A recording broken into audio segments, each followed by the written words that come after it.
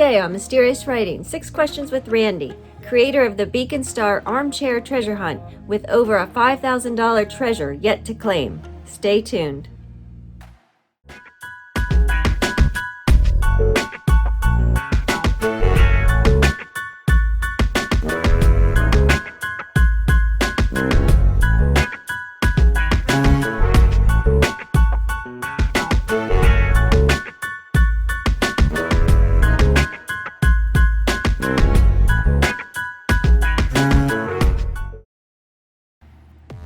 What a pleasure it is to be able to chat with Randy Pischel. He has created an awesome armchair treasure hunt called the Beacon Star, which offers a prize well over $5,000. Randy was also one of the winners of the jewels in the 2005 A Treasures Trove treasure hunt. And if that wasn't enough, he is a searcher in some other treasure hunts like Forest Fens.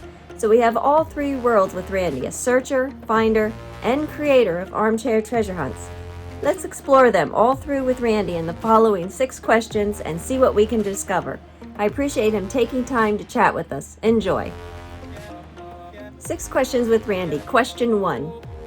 First, congrats on being one of the finders of the jewels in a treasures trove. Was it your son who found the token for the snail with you? Would you share some of your experiences with that hunt? I remember those times and it was so much fun. My family and I enjoyed that hunt immensely, and as a winner, you must have enjoyed it more. Randy answers. It's a fun story and a lesson in boots on the ground and clues. When I solved the puzzle, the only thing I had was Anita State Park. My son and I rushed down and found we were not the only searchers in the park. At least 3 other parties were there. The first thing we discovered was that the design in the drop cap for the snail chapter was a map of the park, and a ferry was pointing to a spot that turned out to be a small parking lot, a clue we didn't know about until we arrived at the park.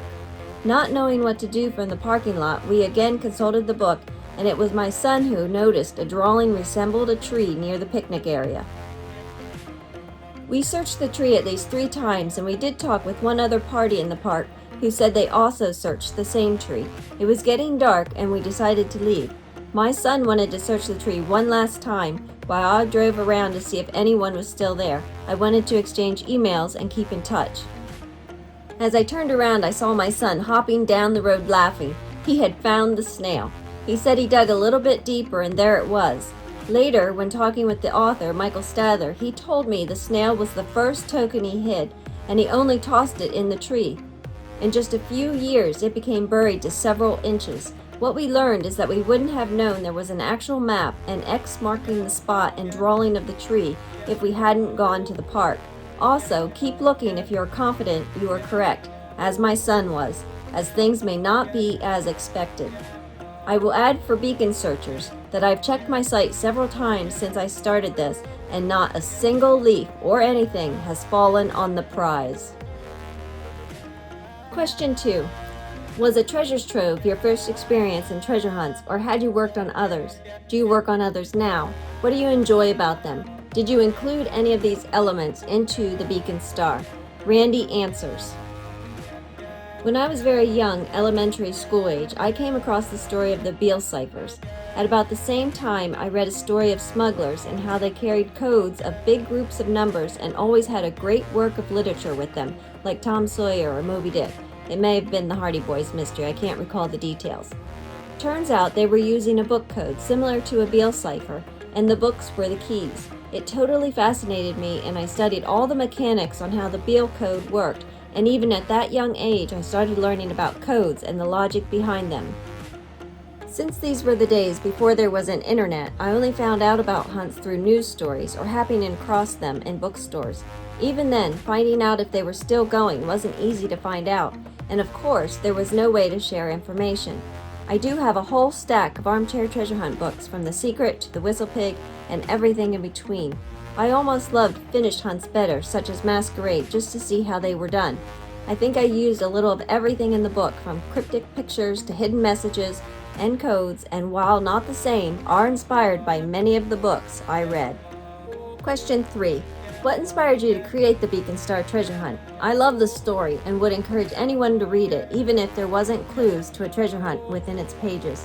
How long had it taken you to write and create the hunt? Did you do both at the same time, or were they done somewhat separately? Randy answers. I knew from my love of the hunt that I would one day create a hunt of my own. I have so many ways to hide a message that I'm sure I will do more in the future, if I ever find the time. I had found the perfect hiding spot many years ago, and I had a special token created and hid it long before I even had the book started. I had actually talked with Michael Stather and had asked him what he would do differently and what surprised him, and some of the things I did were the result of this conversation. I wanted real-world clues so that a hunter could actually feel like they were unraveling a real-life mystery and also visit some places that were special to me. But I also knew that people are prone to sharing, so it would only be a matter of time before the real-world locations would be posted online, and to some extent, this has already happened. This way, someone who can't visit the places can still solve the mystery by studying what others have posted. I came up with the story while visiting a huge cemetery, and I wondered how I would find a specific grave without a map. In my imagination, the graves became doors. Then I had to think of why there would be a field of doors, and so on, until I had the basis of the story. I am also fascinated with secondary characters and great adventures.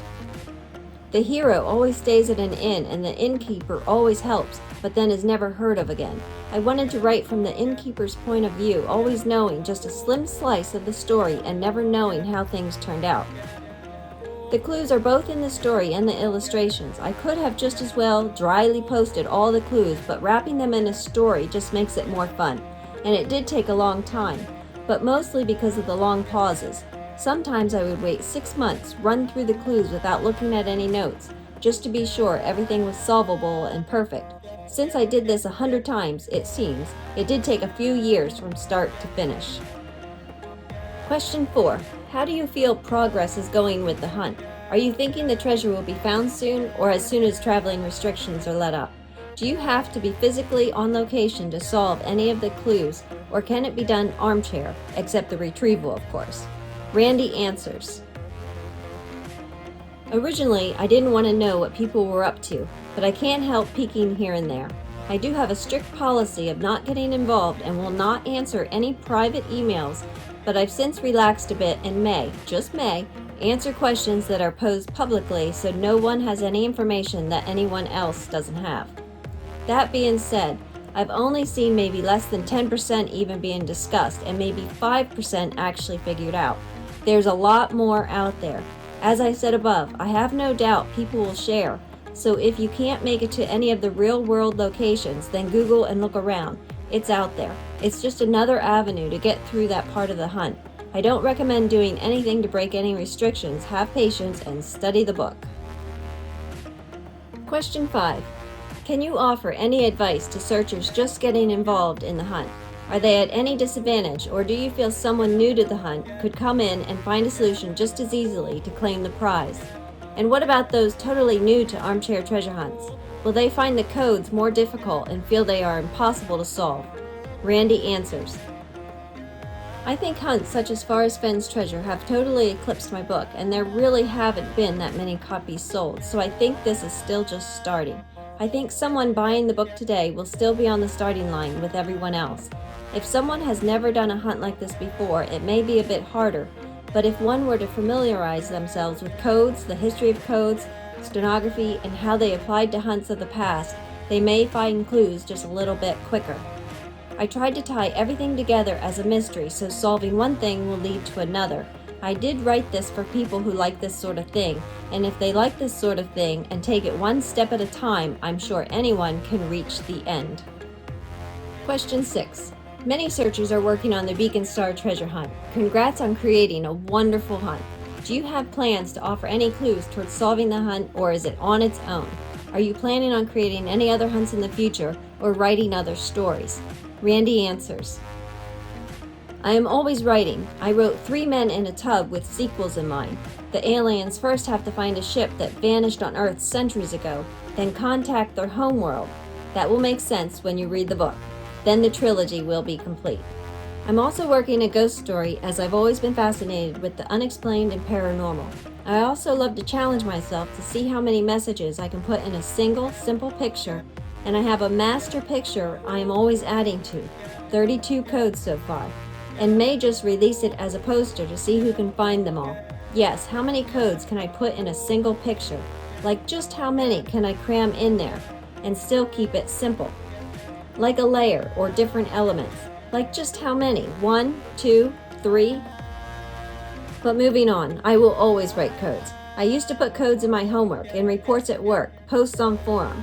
I'm always seeing ways to either hide new messages or code messages, and I know I'll do another one day.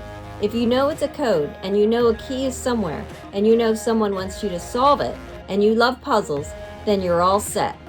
Now, if you've read all my answers carefully, you should be able to solve this code, the numbers that follow. Links to items mentioned in the video are below. Wow, what a great 6 questions. Thank you, Randy. I really appreciate you taking the time and answering these 6 questions. I feel like you hit a lot of codes in there, and you definitely gave us a lot to think about. And thank you to everyone for watching, and we'll see you next time here at Mysterious Writings as we continue to talk about all things treasure.